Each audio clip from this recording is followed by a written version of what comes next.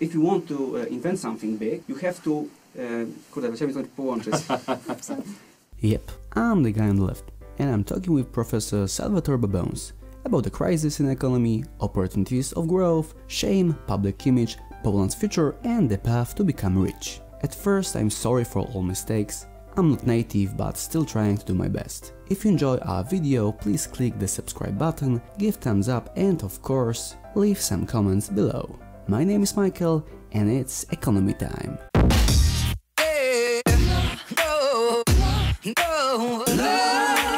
We're starting new Start Me program and our guest is an American economist, sociologist, Salvatore Babones. The first question is really something important. Do you think that the new crisis, not only financial, for example, debt crisis, are coming to our world economy? In one word, no. I don't see any evidence of an impending crisis. Of course, no one ever does see the crisis coming, and so I guess you can always predict a crisis and eventually you'll be right.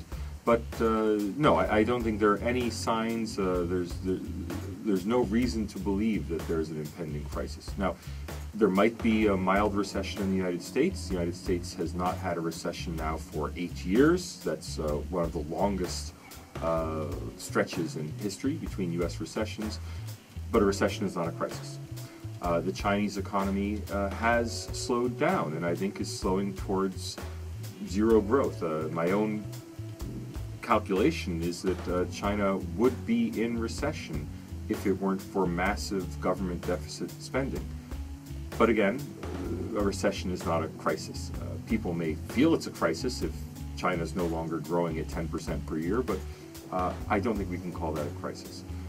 There may be localized problems with banks. There are problems with banks in China that have been well publicized, but again, modest bad loans problem in China does not mean a global crisis. And I say modest because even though the numbers are very big by Chinese standards, they're all in local currency and they're all government-owned banks. So there's hardly going to be a run on a government-owned. Okay, but if it's not a real threat for world economy, why many people are just saying again and again that it's coming? Well, I think that many people have been saying in every year of my life that a crisis is coming.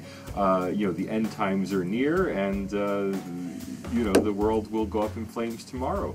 But I want to put things in perspective. The 2008-2009 financial crisis was the worst global crisis since the Great Depression. Let's put the pain in perspective. It caused maybe 5 years of zero growth in Europe. That is a terrible loss of potential. But to me, it doesn't rise to the level of a crisis. I mean, even with the 2008-2009 financial crisis, the crisis was localized to a few very small economies. Now, I know hundreds of thousands of people were in the streets in Greece, but Greece is a very small economy. Germany was not in crisis, France was not in crisis, Poland was not in crisis, the UK was not in crisis. Will there be small, localized disturbances in any particular decade?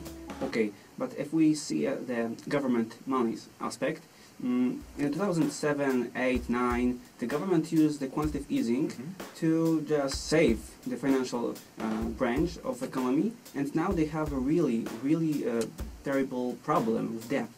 And if, for example, in the nearest 5 years, the new crisis become, have only the richest countries, for example, for the Western world, have enough money to rescue them again. Right. Well, first, quantitative easing, I think, was a response to the slow growth after the crisis, not an immediate anti-crisis response. But even that said, why don't I turn the question back on the interviewer? What crisis do you expect? I mean, you're asking me generically, why don't you think there will be another crisis? And I would ask, what specific crisis do you expect to happen? I mean, can you provide a scenario that I can rebut? I would be very happy to rebut specific scenarios. I can't rebut the general proposition that there might be a crisis somewhere in the world in the next 5 years. Okay, but some, for example, investment banks, the great example is Goldman Sachs, played a really big part in the crisis of 2007. Yes, of course. And what about their image? Because some professors have a question, what about the image of financial big corporations? If they're thinking about it, because the egoistic behavior of their bankers are sometimes that horrible that normal people can think that they never think about it. Only money is important for them. Oh, their image is terrible and their behavior is terrible, and I'm not an apologist for Goldman Sachs. I am, and I've been very critical in my own writing of the behavior of Goldman Sachs and its executives. What worries me much more than a crisis is the political influence of these banks. The fact that a former Goldman Sachs chief executive was U.S. Secretary of the Treasury who engineered a massive bailout for Goldman Sachs in 2008. That political influence I find very worrying for democracy. And if you wanted to talk about the crisis of democracy, well, then I'm much more ready to talk using the word crisis. Growth slowing from 3% to 2%, global growth, is unfortunate, but it doesn't rise to the level of using words like, like crisis, using words like catastrophe. It's simply a undesirable, suboptimal state. I think the global economy could be doing better. I think we could better manage debt. I think we could certainly better regulate the banks. But I don't see any reason to believe that bad behavior on the part of banks threatens the robustness or the security of the entire global financial system. Okay, but it's everything about the practical view of the economy. What about just the theoretical, the scientific aspect? What do you think about the tendency that we can see in the modern world, that all the Nobel Prizes, all inventions, the big inventions in the economy as a science, is not straight in the economy, but on some kind of borderland between economy, sociology. You're also an economist and sociologist. I'm not an economist at all. I'm an economic sociologist who writes on the economy. I don't think it was ever true that all the inventions were economic or all the inventions were from business. I think it was a problem that people focused too much on, on the Nobel Prize, for example, as the ultimate arbiter of legitimacy in the world. People don't remember that the economics profession bought itself a Nobel Prize. That is to say, the Nobel Prize in Economics is not one of the original Nobel Prizes funded by Nobel. The Nobel Prize in Economics was funded by banks in the 1970s to try to raise the profile of the economics profession, and it did so with spectacular success. For example, I've specifically argued against the work of Robert Fogel. Fogel won a Nobel Prize in economics, yet in the early mid-2000s, before 2010, Fogel was predicting, firmly predicting in a full book with research-based book, that China would overtake Europe in GDP per capita by 2030 and would overtake the United States in GDP per capita by 2040, and China would be the leading innovation center of the world and towering over the world economy as a country that had 3 times the population or 4 times the population of the United States and higher productivity and higher incomes. I wrote in 2011 that was madness, that there's no reason to expect China to reach those levels because Chinese society was not organized in a way to reach those levels. That the real motive force behind economic development was not investment and economic statistics. The real motive force was society. I mean, all of endogenous growth theory in economics is based on the idea that if you get the society right, then the economy will follow. And China is clearly not getting the society right. So Fogel is a good example of a Nobel Prize winner who, clearly didn't have much of a sense of the real world and what was happening.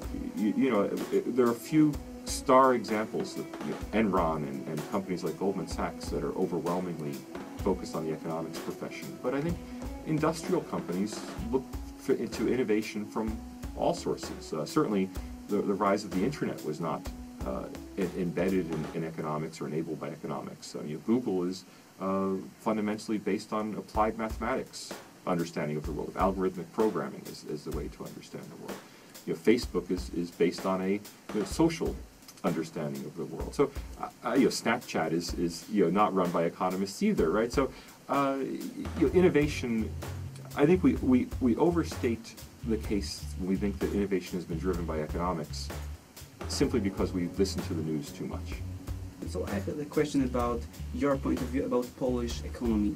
What are the flaws of Polish economy that prevent the growth and development or of innovation? So I think it's a misunderstanding to believe that the next phase of economic development is the move towards an innovation economy. Remember that Alabama, Mississippi, the marginalized, deep south of the United States, has 3 times the GDP per capita of Poland.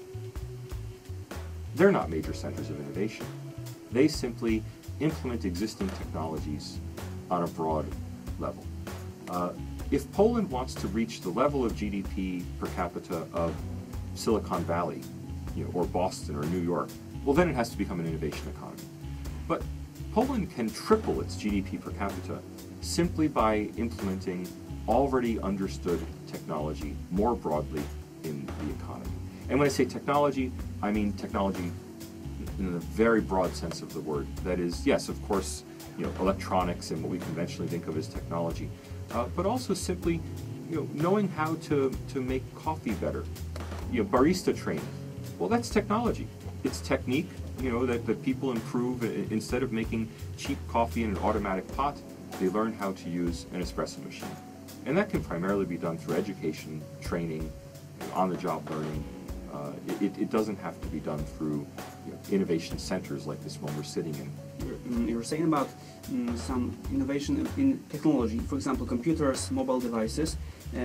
Maybe you don't know, but in Poland in the late 90s, we have the Polish version of IBM. Mm-hmm. It names Optimus, and it has great computers, really one of the best computers in the Europe and counting Russia to Europe, the best computers from that region, but they were destroyed by Polish government, the taxes and all of that. And I ask about the barriers because some people have a vision, have money, start their startup, their business, and they see the government which can destroy everything they build, and how they can fight with them. Look, business people everywhere criticize the government and thinks the government's destroying everything they build. But I'm very confident. I'm not an expert on the Polish economy, but I have studied transition economies in general and Eastern Europe in general. I'm very confident that Denmark has much higher levels of government intervention, government regulation, and taxes than Poland does. And yet, businesses in Denmark operate at 4 times the level of productivity of businesses in Poland. So before entrepreneurs start complaining about, government regulation and taxes are making it impossible for me, ask them, why is it possible for businesses to be 4 times as productive in Denmark? And I think the answer ultimately has to do with training and wages. The early 1980s, that Singapore had to raise its wages in order to move up the value chain. He said simply, look, force companies to raise wages and they'll start using machinery. That if you let them employ people at low wage levels, we'll be stuck in a low wage economy forever. Productivity in Poland could be tripled overnight. I mean, if you forced businesses to pay 3 times the wages, they would shift their production processes to be more mechanized, to be more sophisticated. Now, I think if you did it overnight, there would be dislocation. But if you tripled wages over the next 10 years, I think businesses would have time to adjust. And I think historical precedents in East Asia show that it can be done. Now, there's no political will to do that. But the real problem with government is that it's too friendly to business. The problem is not that it makes businessmen all poor and bankrupt. And the key strategy for export growth and for development is deeper integration into the region. I mean, Poland is lucky enough to be part of one of the world's 3 major economic regions, which means that Polish companies have the opportunity to upgrade within existing value chains. Polish companies can move up the value chain, move low-cost production off to Ukraine, push it farther to the east as Polish companies move up the chain. Poland is very different. Poland brings in components from the world, mostly from Europe, from Germany, France, Scandinavia, and it puts out products to the rest of Western Europe. Right. So Poland is very well integrated into value chains, which means that Poland can seek to move up those value chains. I think it's a strategic advantage. I think that's what Taiwan, South Korea, and Singapore did. They moved up. They didn't globalize. They regionalized.